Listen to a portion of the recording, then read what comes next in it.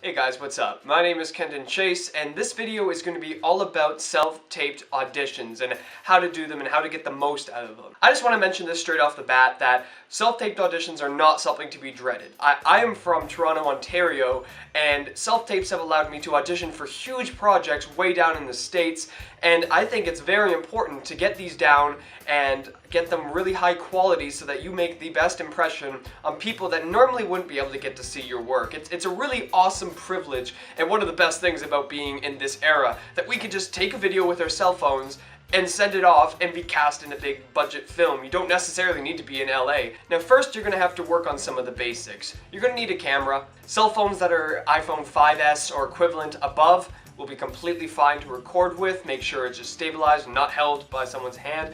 You can just get one of these things right here. It's from Joby, and honestly you can just flip it open like this. It screws into any tripod like that, and it fits to any phone. So here I have my iPhone 5S. I put it inside here, pull it up, bam. I put it onto my tripod, hit record, and there we go. The next up is lighting. Lighting is decently important. If they can't see you properly, then how are they supposed to cast you?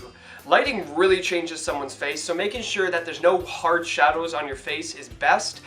You can do this with minimal budget. You go by a window during the daytime, during early morning before the sun's actually out and it's reflecting off of the sky and the clouds, you'll really get a nice light like that. There's tons of video tutorials on YouTube on how to actually do a setup. So people always think that since acting is a visual medium that the sound doesn't matter, and oh man, does sound ever matter. If your sound is distorted or too loud or really too quiet, no one can really hear you, then what the heck are the people casting supposed to really listen to? They can see you, but they can't hear your voice, which is very important. Now for your background, you're going to want something as neutral as possible. I just have a blue sheet hung up behind me here. That's what I use for my videos, that's what I use for my self-tapes, and that's really all you need. You might have to record at night like I do when everyone else is asleep and not making noise, or you might have to do it early in the morning, vice versa. Then you're going to want to make sure you're in focus and your framing is right. So kind of what I have right here for my videos is pretty much what I use for my self-tapes. This kind of frame with this much headroom, not too much. Usually you want to be justified to one side looking off this way, or vice versa. You could be like this, but my lighting's set up for here. I'm here and look this way, look to the left or right of the camera. Never look inside the camera unless you were instructed to. Just always look this way.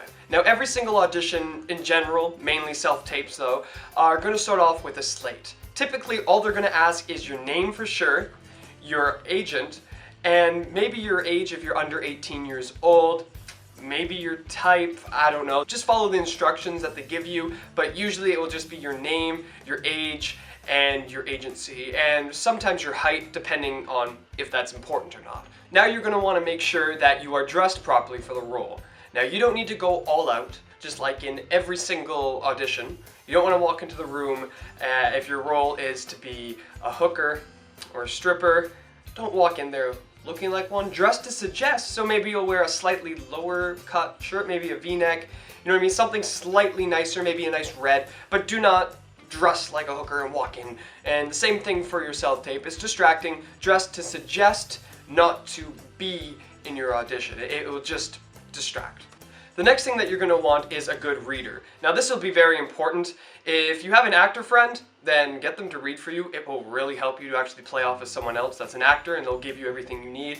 But if you don't, and you're like me, and all you have is a brother or sister or a mom and a dad, and they are trying too hard, and I mean, trust me, they're trying to help you, but they're almost always going to try to be over the top and do their lines in a way that will almost make you laugh and take you out of it. It's actually more distracting. Then just tell them to read in a monotone voice. A lot of the time that's what you're going to get in the room. Sometimes it's what you're going to get in an in-person audition.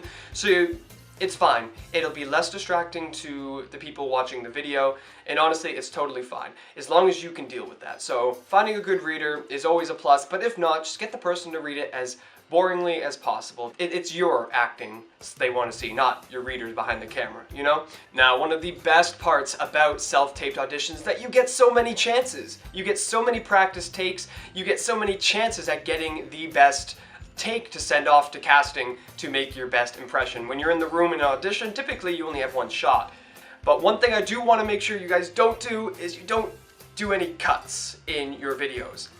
You do the scene, record it in one take, and you cut. The only times you cut would be after a slate and then between each scene.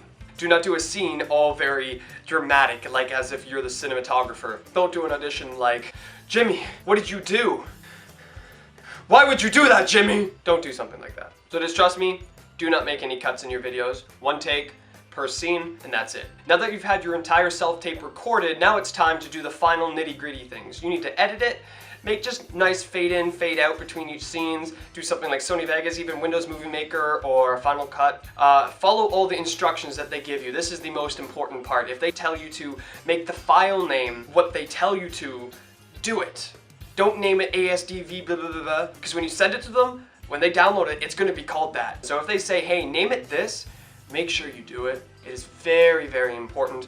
It makes their lives so much easier, and you don't want your video getting chucked out because you pissed them off by naming it wrong. You have to imagine how many submissions they're getting for these roles and how much time they're spending. If they get 100 and they're 2 minutes each, you know, it's 200 minutes.